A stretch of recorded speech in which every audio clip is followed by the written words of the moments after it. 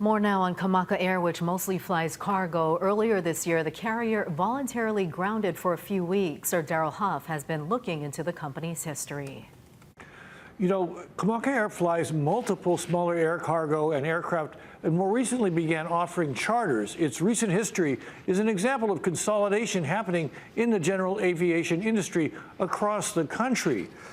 Kamaka was founded in 1993 as a locally owned airline. It's FAA certified as an inter-island airline and logistics company for per-pound air cargo services and non-scheduled charter flights. In February 2022, RLG Capital and Trinity Private Equity Group acquired an 80% majority stake in Kamaka Air, Inc.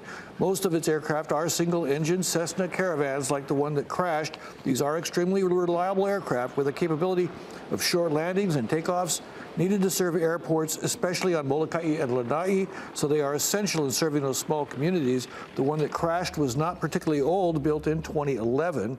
When Mokulele Airlines, which provides essential air service to Molokai and Lanai, had trouble meeting its schedules last year, Kamaka began offering charter flights for passengers as well as cargo. In January of last year, a Kamaka flight crashed near Molokai Airport. The plane totaled, but pilot and co-pilot walked away with minor injuries. In May of this year, Kamaka put out a press release saying it was under new ownership and new leadership. It promised a smooth transition, but ran into trouble filling key jobs, including a chief pilot and director of flight operations.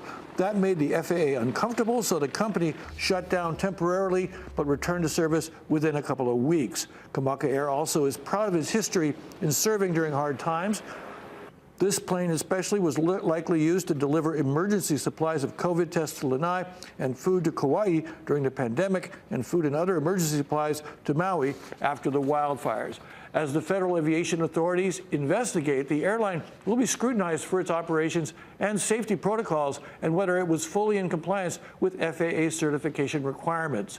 As you heard from the CEO just a few minutes ago, they are not making any comments beyond just saying that they have great condolence and concern for their crew.